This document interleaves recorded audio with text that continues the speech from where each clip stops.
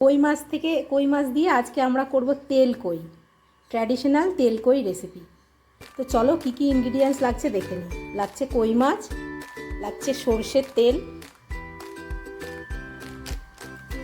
আর লাগবে এই যে দেখো জিরে আর শুকনো লঙ্কা আগে থেকে ভিজিয়ে রেখেছি, এটা আদা দিয়ে আর টমেটো দিয়ে পেস্ট করে নেব। তো চলো বাটাবাটি কাটাকাটি শেষ করে মূল রেসিপিতে ফিরে যাচ্ছি।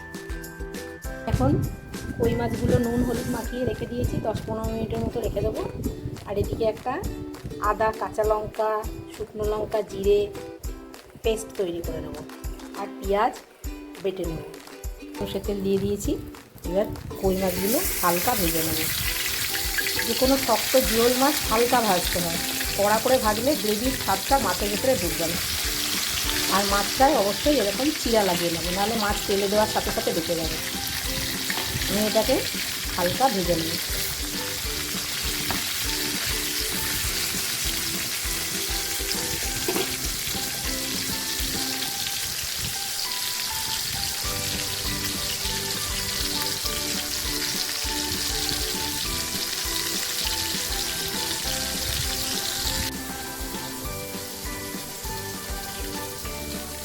দুই টেবিল চামচ মতো সরষের তেল, যেহেতু তেল করি এতে একটু তেলটা বেশি লাগে।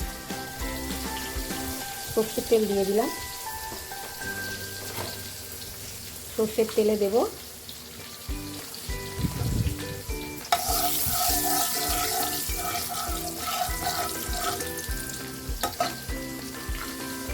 কালো জিরে ফোড়ন,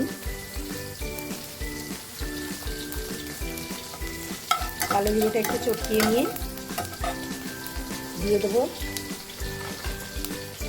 বেটে রাখা দুটো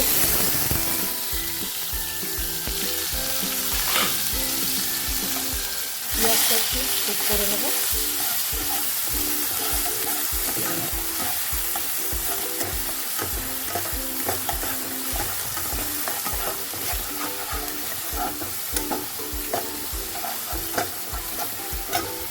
পেঁয়াজটা ভাজতে ভাজতে এর মধ্যে আমি দিয়ে দেবো হলুদ গুঁড়ো, সামান্য ধনে গুঁড়ো, সামান্য লঙ্কার গুঁড়ো,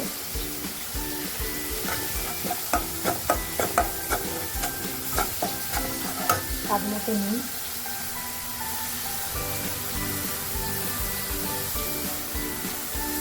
দিয়ে আমি মশলাটা ভাজবো যতক্ষণ না মশলা থেকে তেল বেরোচ্ছে।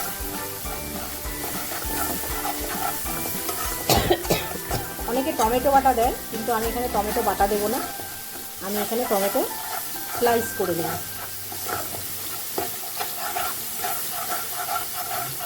পেঁয়াজটা 50% ভাজা হয়ে গেলে আমি দিয়ে দেবো বেটে রাখা মশলাটা।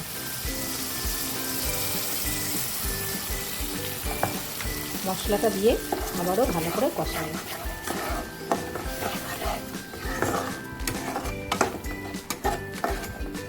তেল কইয়ে অনেকেই পেঁয়াজ বাটাটা দেয় না, আমি দিই কারণ গ্রেভিটা ঘন হবে বলে।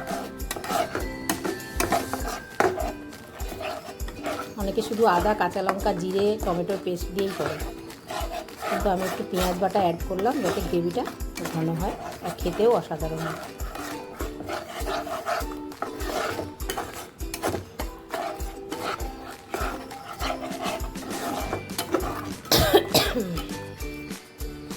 মশলাটা কষানো হয়ে গেছে, দেখো তেল ছেড়ে দিয়েছে, আমি দিয়ে দিলাম চেরা কাঁচা লঙ্কা।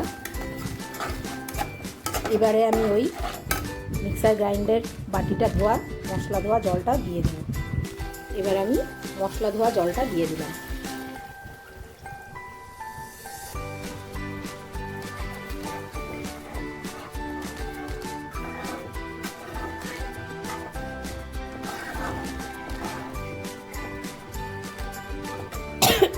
আরও কিছুটা জল দিয়ে আমি ফুটতে দেবো। দেখো ঝোলটা ফুটতে ফুটে এবার আমি স্লাইস করা টমেটোটা দিয়ে দিলাম।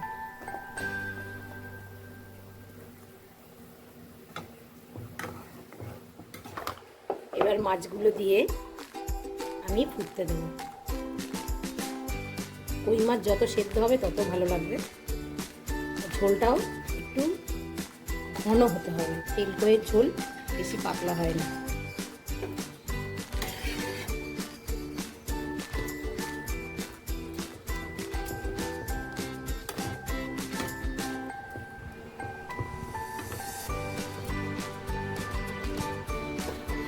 এবার আমি ফুটতে দেবো। গ্যাসের ফ্লেমটা একটু আস্তে করে ফুটতে দেবো, বেশি জোরে ফুটলে ঝোলটা একদমই মরে যাবে। ফিরে আসছি 10 মিনিট পর। তেলকইটা কত সুন্দর তেল ছেড়ে দিয়েছে, তেলকইটা আমার রান্না হয়ে গেছে। তো তোমরাও এইভাবে ট্রাই করতে পারো, অসাধারণ খেতে হয়।